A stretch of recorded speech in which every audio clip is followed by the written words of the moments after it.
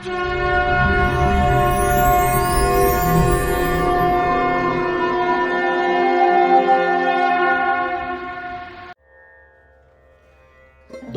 आज हम सुनेंगे सिंहासन बत्तीसी की 12वीं कथा।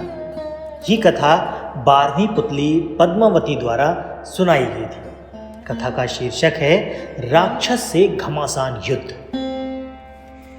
एक दिन रात के समय राजा विक्रमादित्य महल की छत पर बैठे थे। मौसम बड़ा ही सुहाना था।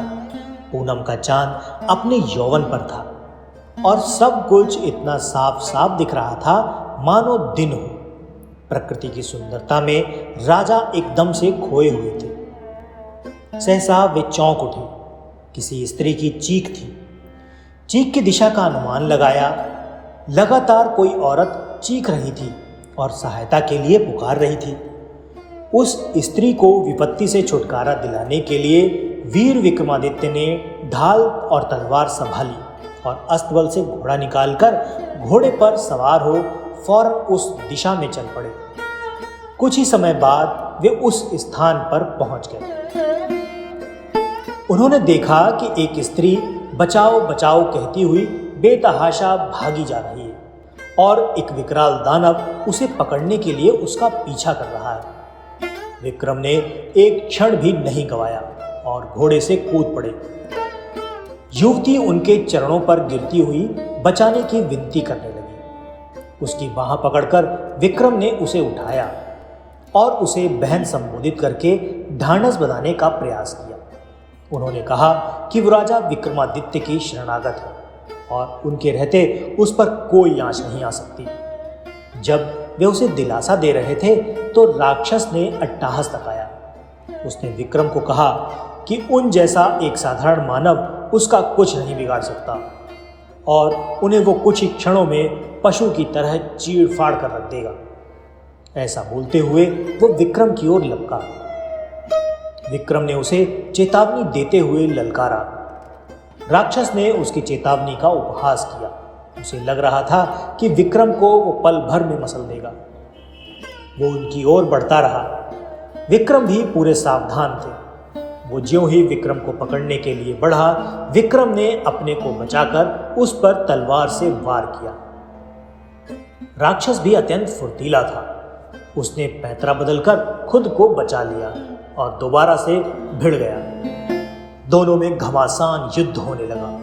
विक्रम ने इतनी फुर्ती और चतुराई से युद्ध किया कि राक्षस थकान से चूर हो गया और शिथिल पड़ गया। विक्रम ने अवसर का पूरा लाभ उठाया और अपनी तलवार से राक्षस का सर धड़ से अलग कर दिया। विक्रम ने समझा राक्षस का अंत हो चुका है, मगर दूसरे ही पल उसका कटा सिर फिर अपनी जगह आ लगा और राक्षस दुगने उत्साह से उठकर लड़ने लगा। इसके अलावा एक और समस्या हो गई। जहां उसका रक्त गिरा था वहां एक और राक्षस पैदा हो गया। राजा विक्रमादित्य क्षण भर को चकित हो गए, किंतु विचलित हुए बिना एक साथ दोनों राक्षसों का सामना करने लगे। रक्त से जन्मे राक्षस ने मौका देखकर उन पर घूंसे का प्रहार किया तो उन्होंने पैंतरा बदलकर पहले वार में उसकी भुजाएं तथा दूसरे वार में उसकी टांगें काट डाली। राक्षस असह पीड़ा से इतना चिल्लाया कि पूरा वन गूंज उठा। उसे दर्द से तड़पता देखकर राक्षस का धैर्य जवाब दे गया और मौका पाकर वो सर पर पैर रखकर भागा। चूंकि उसने पीठ दिखाई थी, इसलिए विक्रम ने उसे मारना उचित नहीं समझा।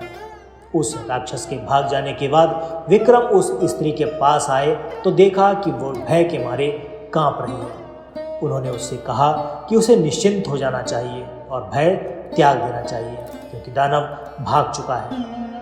उन्होंने उसे अपने साथ महल चलने को कहा ताकि उसे उसके माँ बाप के पास पहुँचा दे। उस स्त्री ने जवाब दिया कि खतरा अभी टला नहीं, क्योंकि राक्षस मरा नहीं। वो लौट कर आएगा और उसे ढूंढकर फिर इसी स्थान पर ले आएगा। जब विक्रम ने उसका परिचय जानना चाहा तो वो बोली कि वो सिंघुल द्वीप की रहने वाली है और एक ब्राह्मण की बेटी है। एक दिन वो तालाब में सखियों के साथ नहा रही थी, तभी राक्षस ने उसे देख लिया और उस पर मोहित हो गया। वहीं से वो उसे उठाकर यहाँ ले आया और अब उसे अपना पति मान लेने को कहता है। उसने सोच लिया है कि अपने प्राण दे देगी मगर अपनी प्रतिवता नष्ट नहीं होने देगी। वो बोलते बोलते सिसकने लगी और उसका गला रुंध आया। विक्रम ने उसे आश्वासन दिया कि वे राक्षस का वध करके उसकी समस्या का अंत कर देंगे और उन्होंने राक्षस के फिर से जीवित होने का राज पूछा। उस स्त्री ने जवाब दिया कि राक्षस के पेट में एक मोहिनी वास करती है जो उसके मरते ही उसके मुंह में अमृत डाल देती है। उसे तो वो जीवित कर सकती है मगर उसके रक्त से पैदा होने वाले दूसरे राक्षस को नहीं। इसलिए वो दूसरा राक्षस अपंग होकर दम तोड़ रहा है।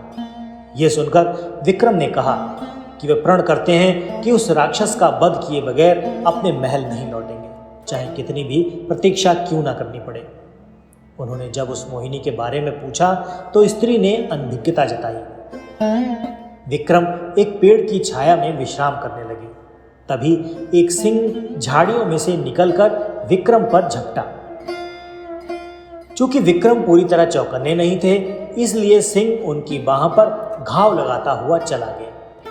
अब विक्रम भी पूरी तरह से हमले के लिए तैयार हो गए। दूसरी बार जब सिंह उनकी ओर झपटा तो उन्होंने उसके पैरों को पकड़कर उसे पूरे जोर से हवा में उछाल दिया।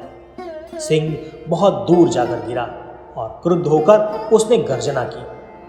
दूसरे ही पल शेर ने भागने वाले राक्षस का रूप धर लिया। अब विक्रम की समझ में आ गया कि उसने छल से उन्हें हराना चाहा है। वे लपक कर राक्षस से भिड़ गए। दोनों में फिर भीषण युद्ध शुरू हो गया। जब राक्षस की सांस लड़ते लड़ते फूलने लगी तो विक्रम ने तलवार उसके पेट में घुसेड़ दी। राक्षस धरती पर गिरकर दर्द से चीखने लगा। विक्रम ने उसके बाद तलवार से उसका पेट फाड़ दिया। पेट फटते ही मोहिनी कूद कर बाहर आई और अमृत लेकर दौड़ी। विक्रम ने बेतालों का स्मरण किया और उन्हें उस मोहिनी को पकड़ने का आदेश दिया। अमृत न मिल पाने के कारण राक्षस तड़प तड़प कर मर गया। मोहिनी ने अपने बारे में बताया कि वह शिव की गणिका थी जिसे किसी गलती की सजा के रूप में राक्षस की सेविका बनना पड़ा। महल लौटकर विक्रम ने ब्राह्मण कन्या को उसके माता पिता को सौंप दिया और मोहिनी से खुद विधिवत विवाह कर अपने महल में रख लिया। तो दोस्तों, ये तो थी सिंहासन बत्ती सिंह की अत्यंत ही रोचक कहानी। अगर ये कहानी आपको अच्छी लगी तो वीडियो को लाइक करके चैनल को सब्सक्राइब कर दीजिएगा। आज के वीडियो में इतना ही। मिलते हैं अगले वीडियो में ऐसी ही किसी रोचक कहानी या फिर लोक कथा के साथ। तब तक के लिए आपका धन्यवाद।